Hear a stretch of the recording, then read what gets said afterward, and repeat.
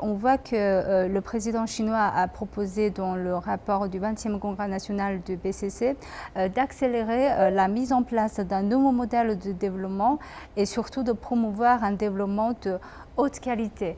Donc est-ce que cela signifie qu'il y aura des ajustements dans la structure industrielle ou dans la composition de l'économie pour s'adapter à cette nouvelle orientation? Oui, en fait, le président chinois a parlé à plusieurs reprises de ce qu'on appelle la nouvelle normalité. La nouvelle normalité par rapport à l'ancienne normalité, c'est-à-dire que l'économie chinoise est entrée dans une nouvelle phase de la croissance. Cette nouvelle croissance est caractérisée par un rythme plus modéré de la croissance. Donc, la Chine avait un taux de croissance supérieur à 10% pendant longtemps, mais maintenant, le taux de croissance s'est rabaissé à quelque chose comme entre 5 et 6%.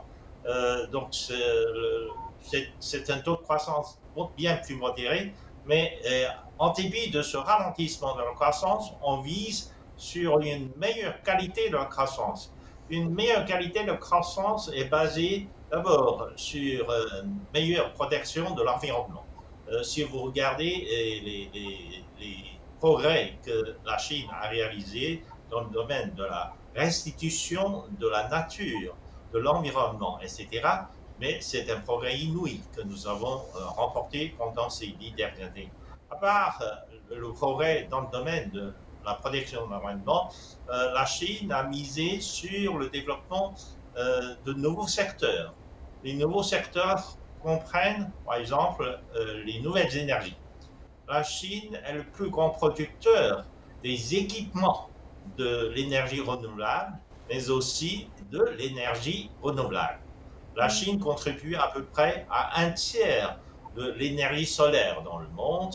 La Chine contribue à plus de 41% de l'énergie propre, y compris l'énergie nucléaire, donc sans émission carbone, l'énergie solaire, l'énergie éolienne, etc., etc. Dans ce domaine, la Chine a fait beaucoup de progrès. Tout cela marque le progrès dans le domaine de la croissance de qualité. Et il y a aussi, le gouvernement fait plus attention à la redistribution sociale pour que les classes modérées ou les classes qui n'ont pas accès à la richesse de la nation bénéficient de plus de la croissance. Donc, il y a une augmentation du pouvoir d'achat des classes qui étaient défavorisées par la croissance précédemment. Quel est votre avis là-dessus, Monsieur Diallo? Moi, je pense que d'abord, par rapport au 20e congrès national du Parti communiste chinois que nous avons suivi au mois d'octobre 2022, le discours du président Xi Jinping, qui a été un véritable discours programme, nous a édifié sur l'état de l'économie chinoise, l'état de la Chine, et aussi a ouvert une véritable page historique de la marche de la Chine dans la modernisation à la chinoise.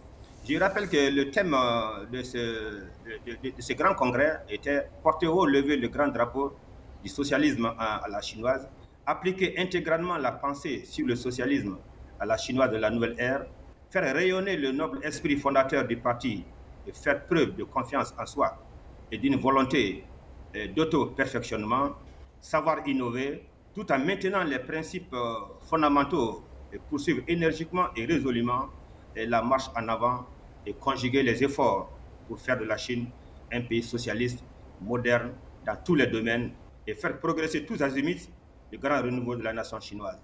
Moi, je pense que le système de gouvernance de la Chine sera de plus en plus ouvert en matière de règlement, de politiques restrictives, de gestion des normes. Et les initiatives qui portent entre autres sur la transformation rapide de la Chine en puissance commerciale et la promotion du développement de qualité, comme vient de le souligner mon ami Ting, et la mise en œuvre de l'initiative La ceinture et la route, la défense de la diversité et la stabilité de la configuration économique et les relations économiques commerciales à l'échelle mondiale vont contribuer à faire de la Chine un pays où, comme moi et comme d'autres, nous pourrons comment exécuter, réaliser les rêves. Et je pense qu'économiquement, les feux sont ouverts pour la Chine.